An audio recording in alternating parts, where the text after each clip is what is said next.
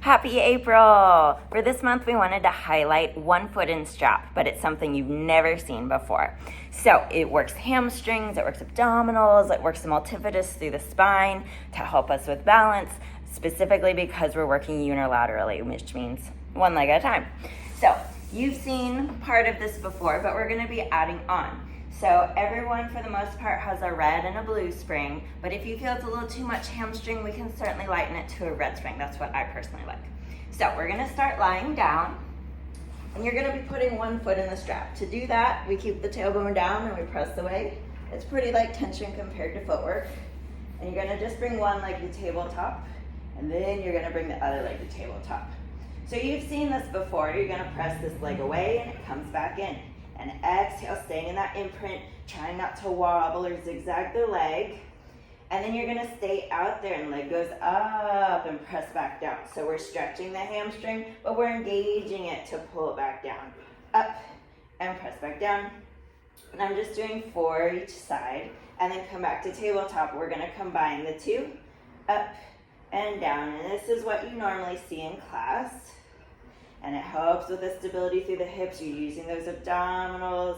You're trying not to wobble. And all the stabilizing muscles are working. So this will be your exercise of the month.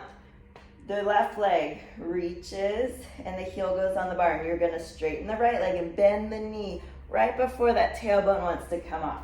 So you're getting a hamstring stretch. My hamstrings are tight, so I'm not going to come all the way back to the stopper, because if I do, my tailbone comes off. So I'm right here, and I'm gonna keep the carriage perfectly still.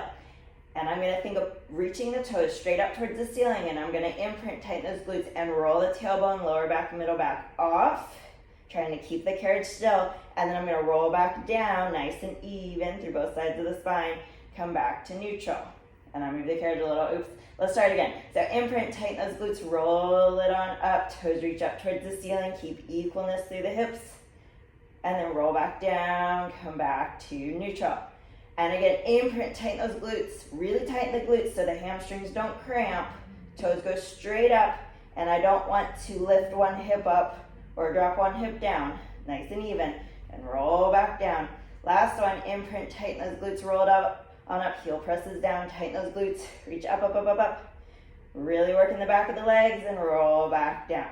And then for your reward, we're gonna do a hamstring stretch and just stay here and breathe.